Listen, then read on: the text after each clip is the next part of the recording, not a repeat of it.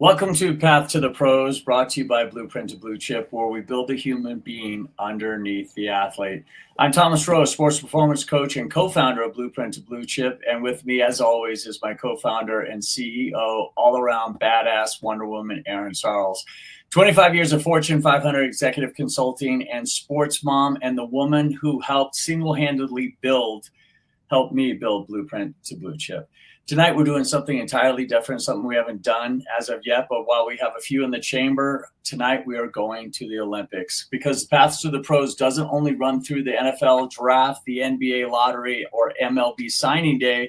Sometimes it runs throughout the mountains, through the frozen trails, through international competition on the biggest stage in the world, where you represent not just for yourself, not just your team, but your entire country.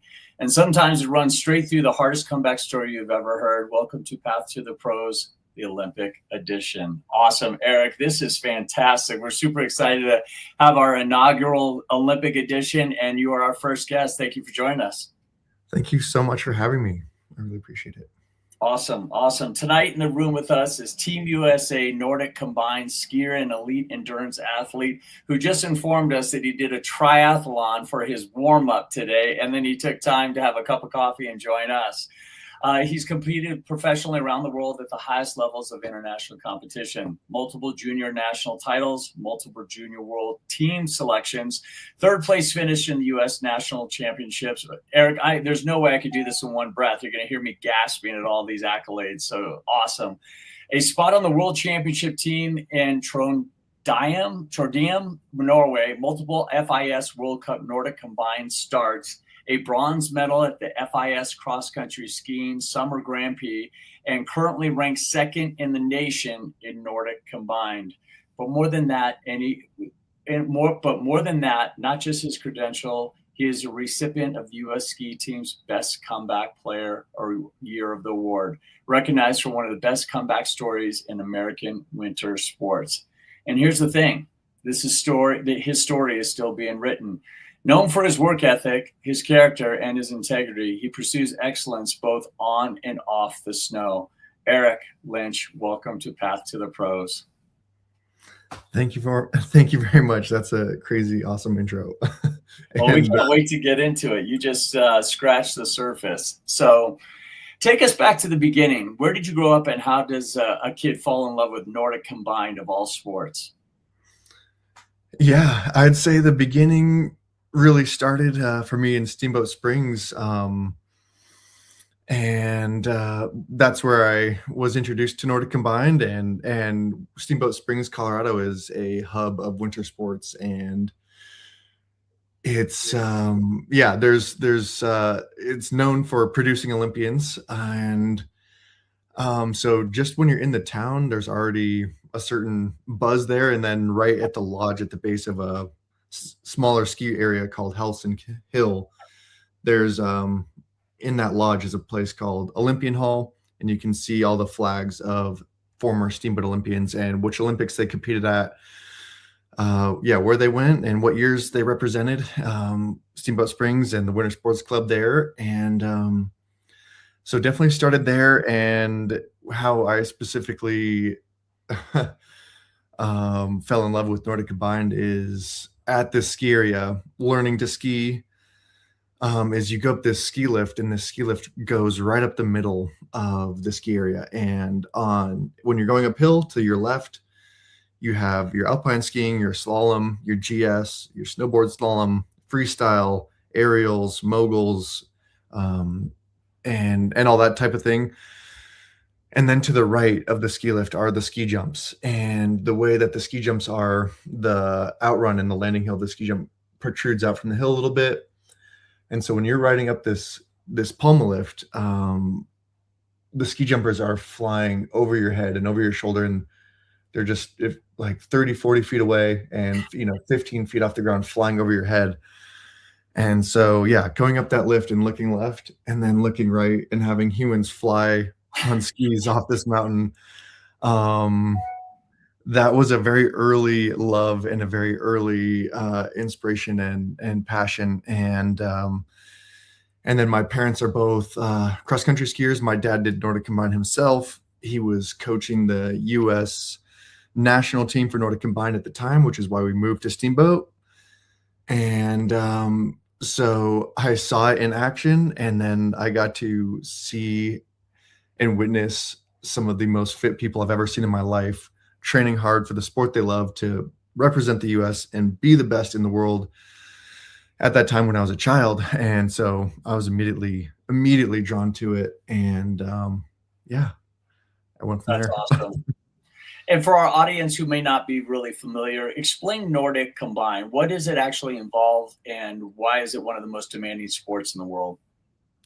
Yeah, Nordic Combined is, as we have this slide on the screen here, this is the ski jumping aspect. And so this picture is taken as I'm just jumping off a takeoff. So I'm at this angle, I'm trying to get some height, and then I'll rotate over, and then I'll plane out like you see a base jumper or a skydiver where they're planing out. And more you see this in base jumping, where they'll get this body position where they're trying to track away from the cliff, right? So we get to do that off ramps, off mountains, and use our skis as some more surface area to fly away and fly out away from the mountain. And our goal in ski jumping is to go as far as possible off the takeoff. That's how you win the jumping side. So the person who goes the furthest off the ski jump wins the ski jumping competition. Then that's combined with cross-country skiing. And cross-country skiing, more people are familiar with. We do the skate version, the freestyle version, and that is just the highest VO2 max demanding sport on earth. And so the Nordic Combined combines these two Nordic disciplines and the origins of skiing. We have our free heel in ski jumping. We have a free heel in cross country. This was a sport put together to demonstrate who is the ultimate skiing athlete. The ski jumping requires explosiveness, finesse, courage. Cross country skiing requires extreme VO2, dedication, grit, and endurance. That's badass. When did you realize this wasn't just a hobby, that you were actually good enough to compete at the highest level? I was starting to realize that fairly early.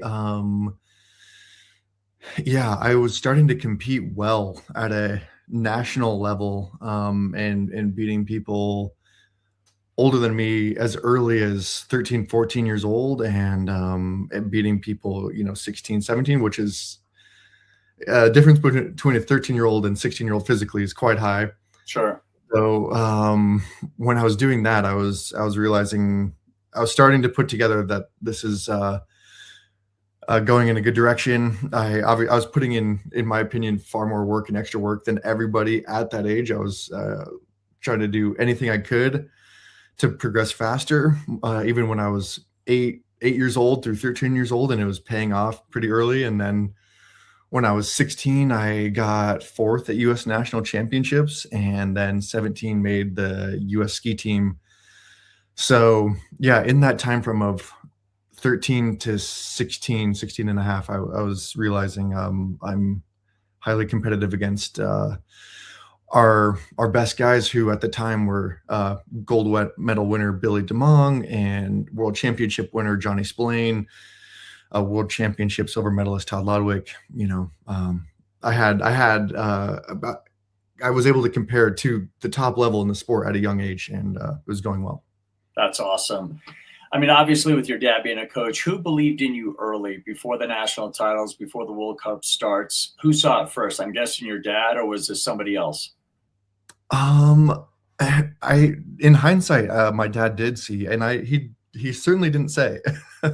And he didn't even really encourage me to go into the sport, because he knew the sport is very hard. He knew it's not well known, it's not well funded, and to be the best at it is he knows firsthand what it takes and what athletes are doing. So he actually didn't even encourage me that well, and kept that to himself. So I heard the belief from 2 coaches, Todd Wilson and Martin Bayer, and those 2 coaches of mine during those same ages, 13 to 16, were letting me know I'm getting elite, and that I could really do this if I wanted to. That's awesome. So what did your family sacrifice to support this path? Because Olympic level winter sports, that's not a cheap road. Mm-hmm. Wow. Well, I think, yeah, my parents deserve I don't know, more than I'll ever be able to pay them back. That's for sure. And extra, they a lot more than just the normal Olympic support path because they sacrificed a lot. The time, the travel, and thankfully starting early, growing up in Steamboat, we did get hand me down stuff, and for a lot of years, and so like that part's easy.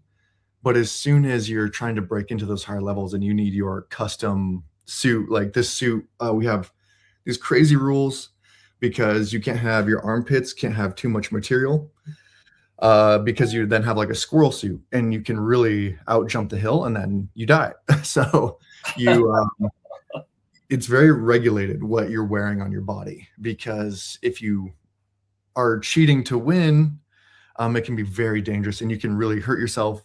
You'll break your legs, break your back, you'll just smash into the ground after you just flew 300 feet off a mountain.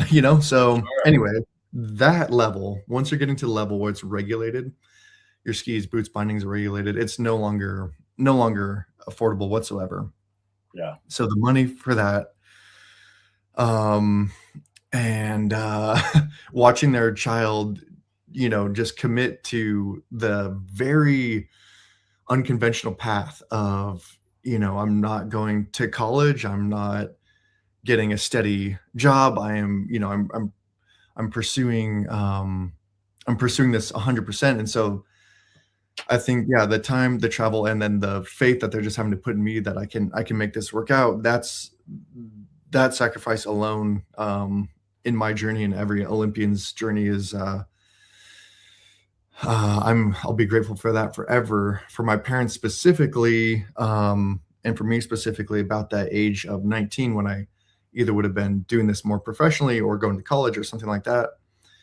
I was actually extremely ill, and to get through that and to pay for all those bills, um, the sacrifices went above and beyond.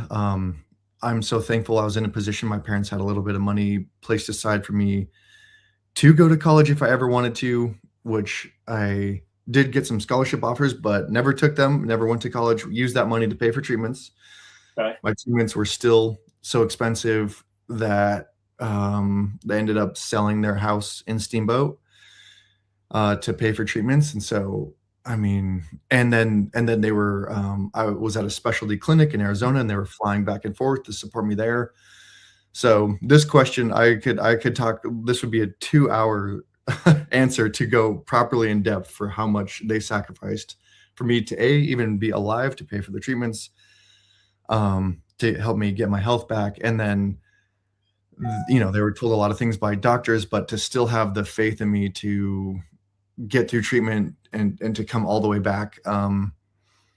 It's something I will do my best to repay, but I will not ever be able to because they were there Sure. for me in my time of need. Yeah. Sure. I want to get into the junior national titles, and we kind of have this in sequence. But you mentioned that you were a little bit ill, and then you were making a comeback. A comeback from what? What happened? Yeah. So I had Lyme disease, and I had been bitten by a tick, and yeah, so I had Lyme, and I had some previous injuries that I was managing, but once I had Lyme and was in for treatments and was sedentary and atrophying, those previous injuries just fell apart for sure. That includes broken back, torn ACL, torn quad, and patella tendon, and yeah, so some significant injuries, and Lyme disease, and my symptoms were getting worse and worse and worse, and I was just continuing to try and compete, but I'd push myself in these events, and then I would just be ill. I'd be collapsing across the line, coughing up blood, ill, Good and God. so yeah, we didn't know what the heck was going on. We finally got this diagnosis. My health continued to degrade. I was like just blacking out during the day, nerve pain all the time, couldn't drive anymore, couldn't stand up for more than 10 minutes at a time, couldn't walk up and down stairs. And yeah, so that was a rough time, and got out with some specialists who specialize in treating this. And I had a bunch of co-infections at the time as well because my immune system was so low, some really serious and significant pneumonia. And yeah, my symptoms were awful and getting worse. And the doctors there, I learned after the fact, told my parents they weren't expecting me to recover at all, and definitely not return to sport. They were they were preparing my parents for the reality of worst outcomes. And they didn't say that to me directly at the time because they were asking me what I wanted to get out of everything, and I just was very goal focused and hopeful and positive outlook. It was a positive thing to even have a diagnosis and know a path forward. So knowing what was going on helped. And yeah, so that's what I came back from. Wow, Eric, I mean, if they hand out gold medals for resilience and tenacity, you definitely are on the podium. Walk us through the junior nationals titles. What did winning at that level do for your confidence and the trajectory of your career? Yeah, thank you. That was huge. That was huge for my confidence because I was coming up in the sport at a time when our nation was strong. We were strong at the top. We had all us junior athletes were really inspired by the generation in front of us. And so the field was deep, the competition was strong. Everyone who was meeting up, everyone who came from around the country to compete at junior nationals, they were like me, where we're putting in the extra work and the extra hours and extra dedication at, our young teen years. And so I knew these guys were extremely legit, and um we compete a lot before, and to come out on top and to come out with a gold medal at junior nationals, um yeah, just it told me so much that hard work pays off. And yeah, that I have a shot at being the best in the world. That's awesome. Then you made the US ski team. What did that moment feel like, and what did it mean to you? That was huge. Again, I'm so thankful that at the time I made the team, Billy DeMong, Johnny Splain, Todd Loudwick, my heroes in the sport were still on the team. And so I got to be on the team with these guys who I've looked up to since I was 5. And yeah, that just meant the world to me that I made the team at that time. And again, our team at that time, we were competitive with the very best in the world. And so I was just a sponge at the time and just learned so much. And I just every van ride, every warm up, every training session, I just remember watching and learning, watching and learning. And so I was so thankful to be there, of course. And I think that just elevated me tremendously. That's awesome. And you competed in the World Championships in Norway. Put us in that moment. What does it feel like to represent the United States on that stage? Yeah, that's incredibly special. I got to That was at the Trondheim World Championships, and that is where Johannes Klebo, who just got recognized for a very prestigious award, which I really should know the name of. In Spain, it's an award where Michael Jordan, Usain Bolt, Pele, these types of guys get this award. And Wow. he got this award because the World Championships that year in Trondheim, he's from Trondheim, Norway.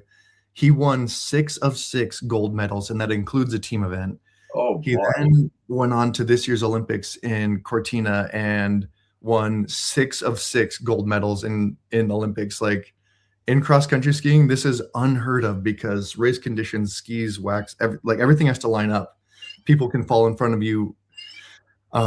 Things go wrong, and that he's now gone 12 for 12 in the highest level championship medals is crazy. I say that to say he was racing either right before us or right after us. And so we had crowds of 250,000 people lining a 10-kilometer course.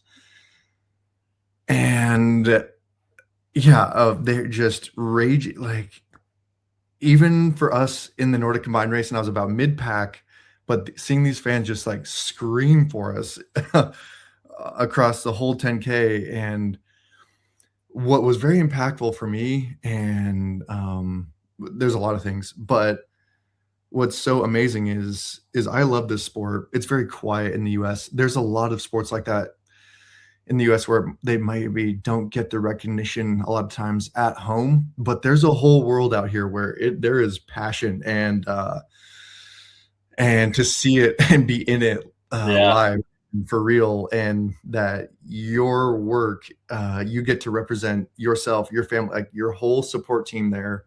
um I don't, it's just such an honor, and yeah, it's just one of the greatest things I can ever do.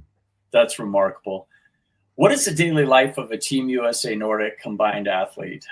Help our audience understand what's the training like, the travel, and the sacrifice that actually looks like day to day.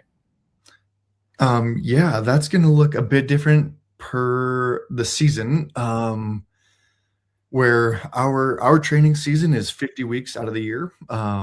Most people take a couple weeks easy. I haven't done that in a few years, where because I'm coming back from all this injury and trying to make up a lot of ground, so I haven't even really taken a couple weeks easy here for like 3 or 4 years.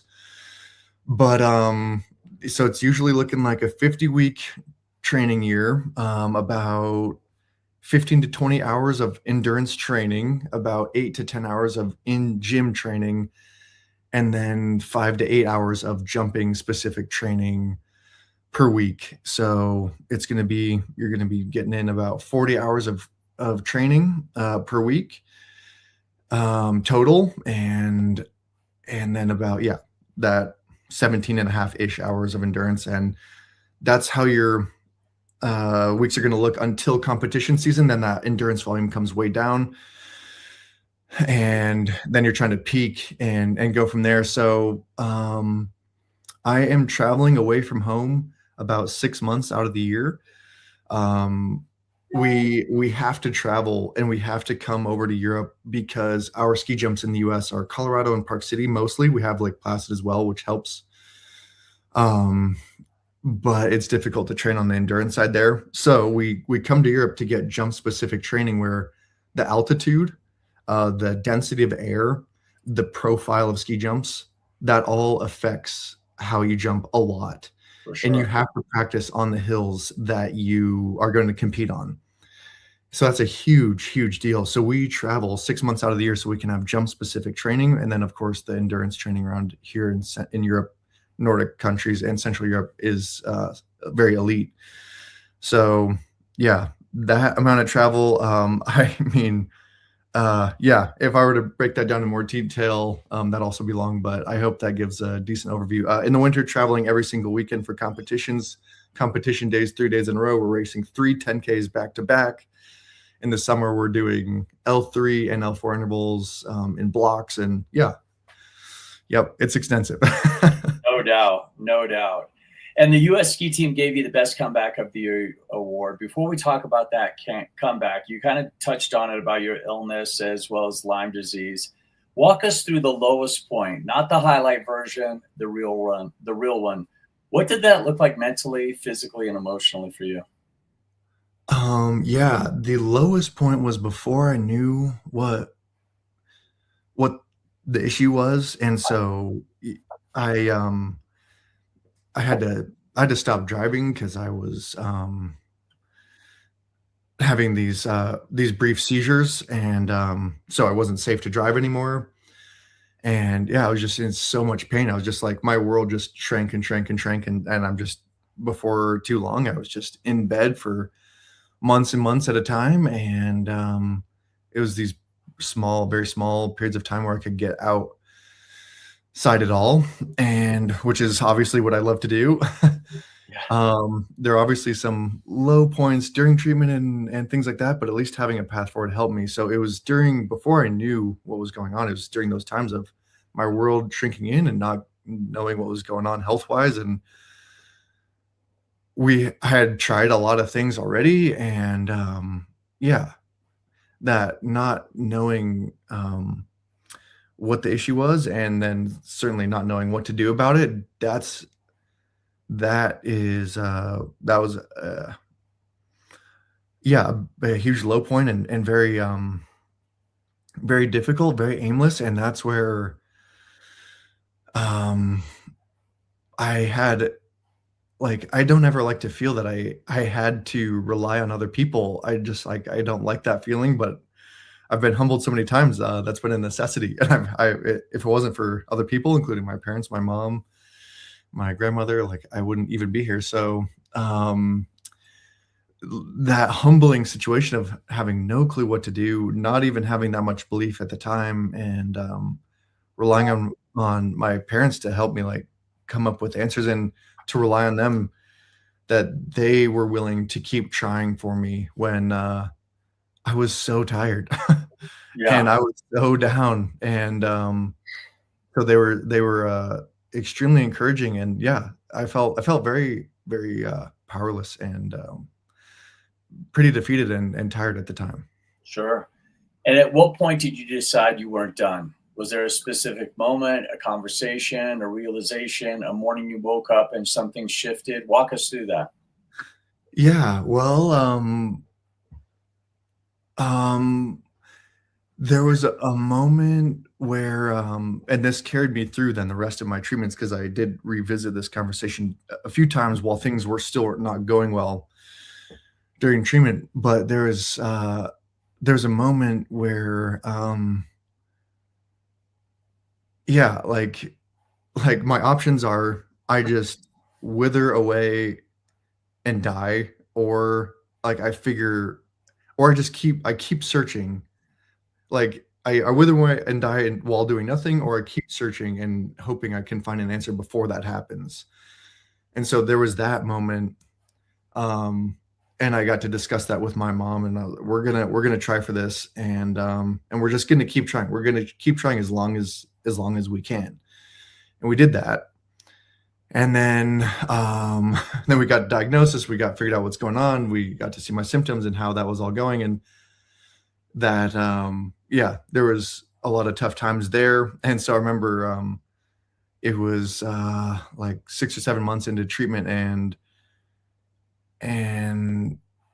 that was taking its own toll, and things weren't going that well, but my mom and I had the same conversation of at least we had knew what was going on, at least we had the path, and so the same conversation was, um, like, "We're gonna do this and keep doing this, and I'm not just doing this to, like, manage something. I'm not just doing this to, like, alleviate a couple symptoms." Like, I didn't even see how that was possible. I'm like, "We're doing this so I can come back and go from here to winning an Olympic gold medal. We're doing this and come back so I can win a world championship.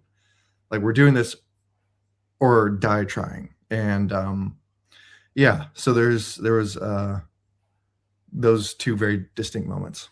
For sure, for sure. And then you made your comeback. You earned a bronze medal at the FIS Cross Country Ski and Summer Grand Prix. On the other side of the comeback, what did that medal mean to you, knowing that everything it's cost you to get there? Yeah, it is really unbelievable and, really thankful. To your comment, you made a little bit ago about, like, gold medal for resilience, I have to imagine it's going to feel very similar to get a gold medal in the Olympics like it did getting that bronze when I could walk down the stairs, Hmm.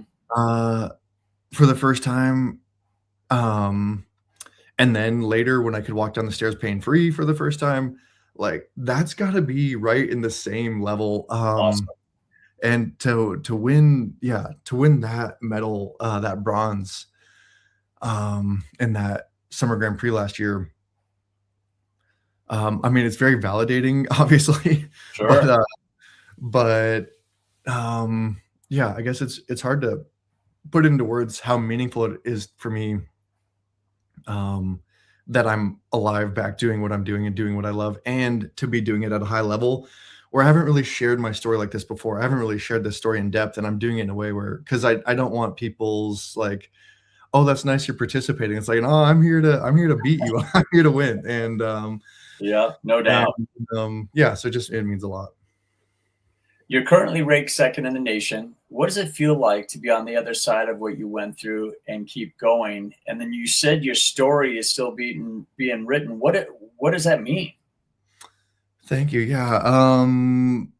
That yeah, to be second in the nation now after yeah, like it just means that I think I have a better idea of knowing who I am. I know I can count on my resilience. I know I can count on my determination. Um, Being able to trust yourself and rely on yourself like that I know I'm going to keep pushing forward. Um, yeah, it's a very, like, reassuring and confidence building thing, and, um, and of course, I feel a bit more humbled by everything, knowing that, I do a dangerous thing, and I'll try and, protect and take care of my health as long as possible, but, yeah, anyway, so there's a lot of humility plus a lot of, like, reassurance and trust and confidence in myself. And then as far as what's still being written is, yeah, I have climbed the ranks back from where I was to now second in the nation, and, I'm aiming to climb to rank number 1 in the nation, and, our number 1 in the nation right now is, named Nicholas Malasinski, and he's so awesome.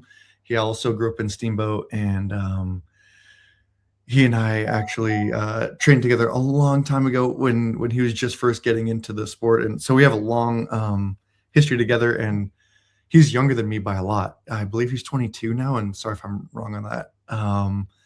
But I see him as my senior because he's been on World Cup, for 5 or 6 years now, Wow. and, so he very young and very good, and, he's our number 1 now, and he got his first top 10 in the world this last year, and, so I'm looking to climb the ranks, against him, and then I'm looking to climb the ranks against the other top guys in the world, so get myself some top 10s in the world on World Cup, and we have following world championships coming up, so, um, yeah, climbing the ranks and then eventually getting some victories. That's awesome. Well, we're definitely, Aaron and I are definitely pulling for you. So is our audience. The Thank you. Olympics. How close are you? What does the path to the Olympic berth actually look like from where you're at right now? Oh my gosh, I was, I'm close. So, um so for Nordic combined, there's been 4 Olympic quota spots, every year since 1924. This last Winter Olympics was the first year they cut it down to 2. Wow. So, every nation had 2 spots except for certain nations that had enough guys ranked high enough in the world rankings on World Cup. So, I came into the season last year ranked 5th in the nation. By the time the Olympic qualification period ended, I was ranked number 3. So I missed it by 1 spot, Oof. and then by the time the season finished, I'm now ranked number 2. But so I missed it by 1 spot there, and then for the nations for ranked number 3, um, I was the next in line to have the USA earn a 3rd spot. I was the next athlete in line, and, that's because the other athletes, take what's taken into account for that is athlete rankings for the previous World Cup seasons, which I only had a handful of starts there. I didn't compete the full seasons there. I was just getting back, and so last year was my first full World Cup season.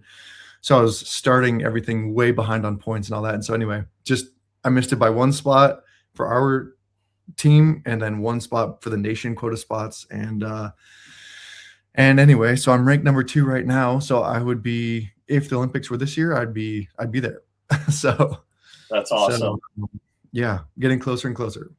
Great. Nordic combined is one of the most overlooked sports in American athletics, not just the winter, but also summer. Make the case why it deserves more attention. Yeah, well, I mean, 1, it's an extreme sport. The ski jumping side is just it's thrilling to watch. You're watching a Sure. human fly 300 you're over a football field in length, that's on the smaller hill, and then the larger hill is much further than that. So that's just thrilling. The races, like the Tour de France, like, track and field, you're watching people push their fitness to the max, but on on how humans are best adapted to travel over snow. So for any humans living in winter environments where there is snow 9, 7, 5 months out of the year, skis are how we best get across that. And so, who's the best at navigating that environment? That would be cross country skiers. And so you're combining those. And then for the US specifically, we're on the rise. We had there was a huge peak in 2010 when Bill DeMong won the Olympic gold medal.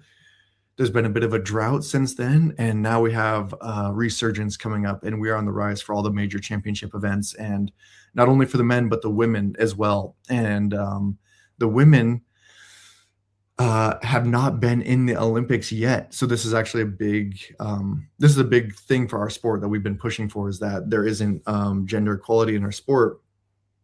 And actually, there's going to be a decision on that coming up June 25th or June 27th. So in just a few days here, they're going to decide if the women will be included in the Olympics or not. So it's a huge deal.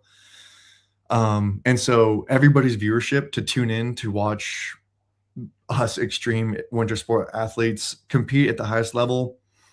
If you're tuning in, that viewership helps make the case that it'd be worth it to put the women in, because they love seeing TV numbers, and so they can sell some commercials, and that matters too.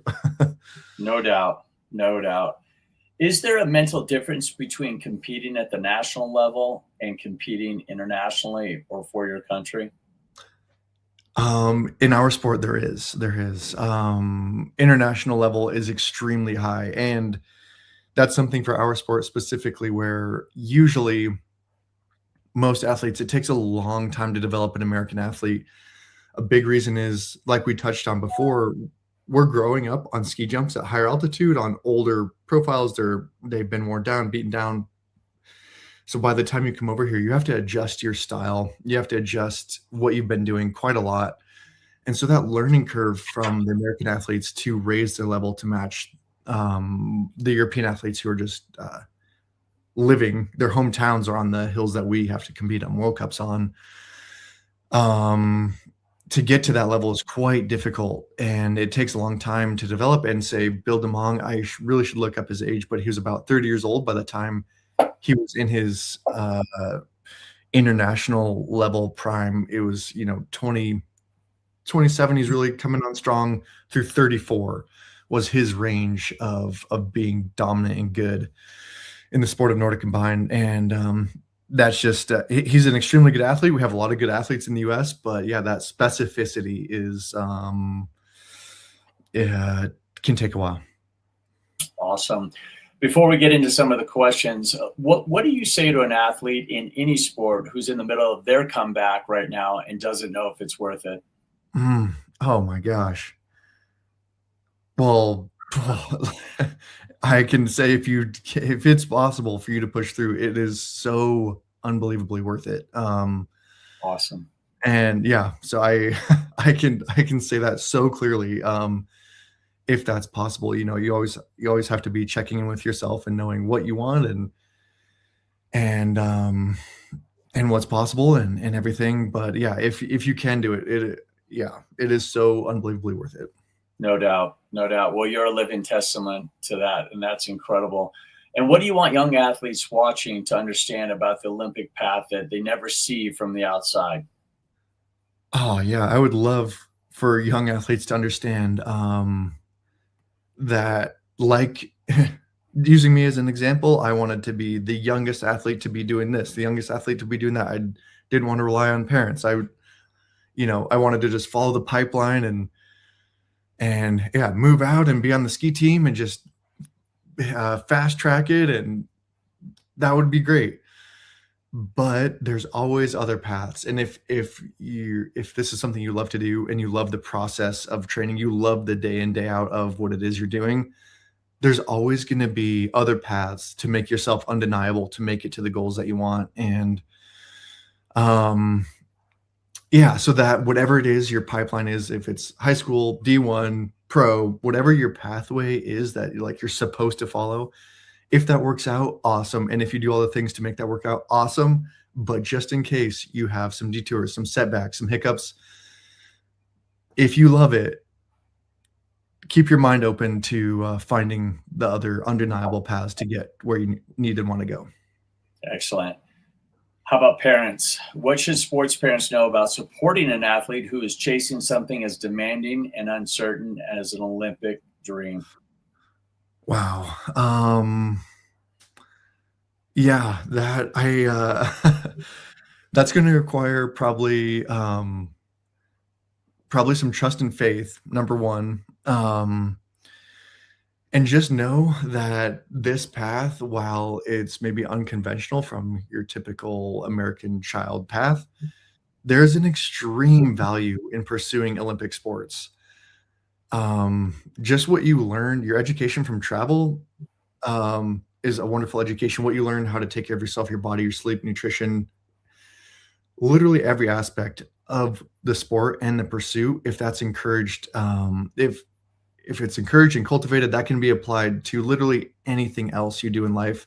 That's a skill I'm trying to cultivate all the time in myself and do a lot better. That what I have learned can apply to a lot more things. And so knowing that if your child is pursuing that and you're worried about, oh, well, then if they go this far down this path and then they're going to be behind by the time they're 23 or 27, that's, yeah, not necessarily the case and not necessarily, yeah, how it'll play out. And you might actually be so far ahead in these areas that anywhere where there's some underdevelopment, it can be developed extremely quickly. And it's certainly not a waste of time. It's certainly very worth it, and it's very unique and unconventional. And then there's value to the unconventional all the time in today's world. Awesome. Awesome. One of the things that Aaron and I have at Blueprint is what's called the caddy framework, which is character over clout, accountability over excuses, discipline over motivation, and integrity over image. Listen, at your level, Eric, I think motivation is long gone. Tell us the difference between discipline and motivation of where you're at.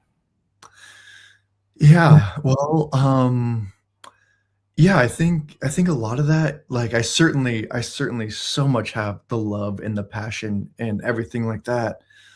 What I have more so that makes the discipline automatic, or what makes maybe the motivation look automatic, is curating my life and lifestyle where, I can't go from here to my training center without walking past the gym. I everything in my life is for healthy sleep, healthy nutrition, the best training. So it's those habits, and I laugh at myself if I'm feeling like I don't want to do something. I can laugh at myself because I know I'm going to do it. Um, so those thoughts of like I don't want to, or I'm tired, whatever. Like at this point, yeah, it just makes me laugh that like so, and I'm gonna get out there and get it done. Yeah, so I certainly have extreme love and fire and passion for everything I'm doing. But yeah, that discipline, yeah, once you have that track record, the habits built, the identity built, like I'm someone doing this, my goals are worth respecting enough that I'm gonna treat it like I'm doing this to win the Olympic gold medal, which I am. But anyone can have that same attitude with anything. Then the discipline, yeah, it just becomes, yeah, very, very automatic, and that'll get you anywhere in life. Agreed. Agreed. Now you've overcome some incredible obstacles, and one of the frameworks is accountability over excuses. I'm guessing you at no point did you ever have this "why me?" Is what happened? Why is this happening to me? I mean, you took full accountability of that, and you could have walked away at any time. But what stopped you? What stopped me from walking away? Right. Yeah,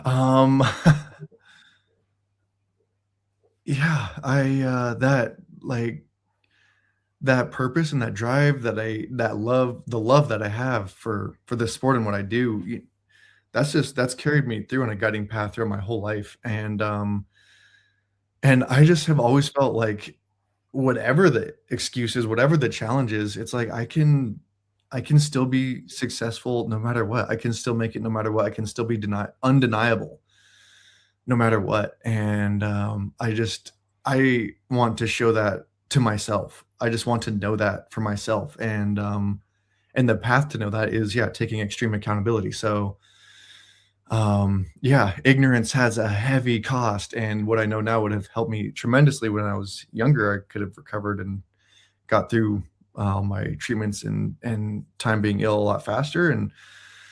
And the way I know that is by taking accountability and learning and getting better. And so, yeah, just that wanting to show myself that I know I am undeniable. Yeah, that kept me on the path. Love it. Love it. So, as we mentioned, we may have mentioned at the top of the recording or even off camera, was we sent out but let's call it your name, image, and likeness to our audience, and we got some questions. So we have Steve from Jackson Hole, Wyoming. What's the one thing about competing at the Olympic level that the world would genuinely? What's one thing about competing at the Olympics level that would genuinely surprise our audience? Hmm. Um, well, I mean, certainly a surprise to me is what a I like, it's obviously a big deal to me. It's obviously a big deal in my mind that it's a big deal, and that's why it's a big goal and worthy goal to me. But, it still surprises me what a big deal it is. Yeah, like, what connects people together, how it's a global Right. it's a global thing, it's very a level of passion globally, for this level of sport, um, it still shocks and surprises me of, like, what a big deal it is, because I know I care, but Right. seeing how it pulls people together and, people will drive and fly from around the world to spectate or compete or, whatever it is, yeah, just, that's a shock to me. And then I think the next shocking thing is what would be surprising or, yeah, just really unfathomable is just the level of work and dedication that each athlete took to get to that position. The athletes Right. in the top 10 at all these events, the amount of just psychotic focus and discipline to get here and work ethic, I think that would shock everybody. Yeah. Absolutely. Absolutely. We have Kelly from upstate New York. She said, you can't go to Lake Placid without going through that Olympic energy. What does a day in the life of the Team USA athlete actually look like? Take us through a training day on and off season. Thanks, Kelly. And would she specifically like Lake Placid? Sure. Um, day in the life? Because that would be you're waking up at the Olympic Training Center. You're only a few miles away from the ski jumps. So if you're going to ski jump that day, if the wind allows, because often the wind is pretty crazy there, um, you just run over to the ski jumps for your warm up. You stretch out, and then you have your jump session, which is always extra terrifying and intense in Lake Placid due to that wind. Your skis are just Sure. getting blown around in the air, and that's right. You see the Olympic rings everywhere. You have the community there supporting the Olympic Training Center, supporting the athletes running and roller skiing on the roads. So our morning would be usually jumping, and then our afternoon would be roller skiing or more running. And depending on the day, that's going to be easy volume session or interval intensity session. Maybe sometime in the week we do a time trial up Whiteface Mountain ski area. That's a big ski area there where, yeah, it's one of the most grueling time trials. It's also super windy up top there. So I'm saying wind so much, but it's notable for there. Anyone who lives there knows. And yeah, and then you come back to the Olympic Training Center for sleep and repeat. Oh, that's awesome. That's awesome. We got a question from Peyton out of Salt Lake City. She's a huge Lindsey Vonn fan. She's more of a household name. What does the mental side of coming back from adversity or an injury look like? What tools did you use or do you think she used? Peyton, we're going to have to get Lindsey on the show, but right now we're focused on Eric. Um, so what type of mental What does the mental side of a comeback look like from adversity or an injury? yeah. Well, at least speaking for myself, and what was super helpful for myself is to have a very beginner mindset. What was a big challenge was, everybody when you're coming back, everyone talks to you like you should just be there. You should just be right where you were at. And that's nice, that's nice that people see you elite and fit. That's nice. But for myself, having that beginner mindset of like having to do the reminders of like, have I done the visualization? Have I done my safety checks on all my equipment? Do I even remember how to like stop properly and safely in the outrun? There's a lot that goes into just getting to the top of a jump and the bottom of a jump safely. And the same thing goes for an alpine run, let alone actually doing the course or doing the ski jump itself.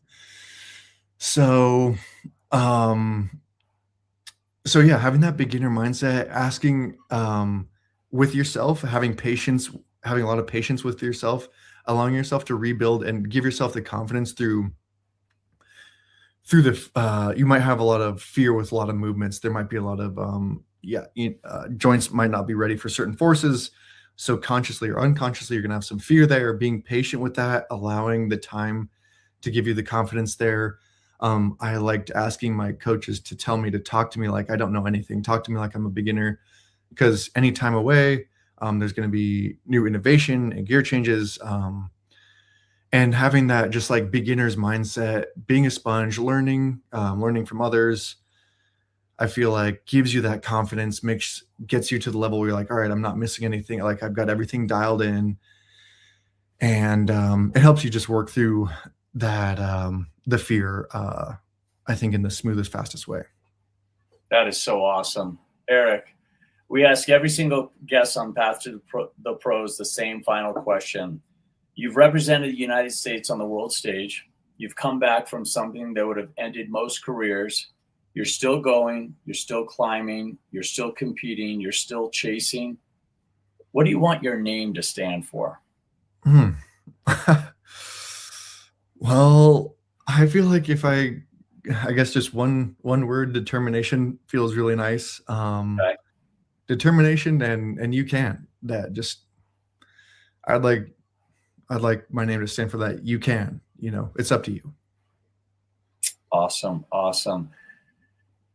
That is Path to the Pros Olympic edition for this week. Eric, thank you. But before we close out, where can people get a hold of you, whether it's a website, an email, or your social media handles?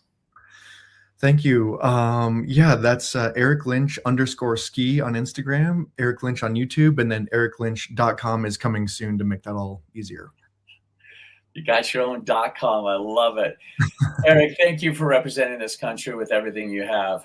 Thank you for coming back when you didn't have to. And thank you for giving our athletes tonight a picture of what the resilience actually looks like when it's real. And to everyone watching, share this. Tag an athlete, tag a parent, tag a coach. This story deserves to be heard well beyond this room. And Eric's story is very unique. It's hard enough to compete at the Olympic level, but then to be so close and then have to climb back up, literally and figuratively. And definitely reach out to Eric on Instagram, Eric Lynch _ski, and on YouTube, Eric Lynch. And as you mentioned, coming soon, ericlynch.com. We're back next week, next Thursday at 6 p.m. Mountain Time, live on YouTube, Facebook, and LinkedIn. Until then, stay out of the shortcuts, stay off the shortcuts, stay on the path, and remember why you started. This is Blueprint to Bluechip. We build the human being underneath the athlete, and we'll see you next week. Eric, thank you so much. Aaron, thank you for everything you do. Team, you guys have a great weekend.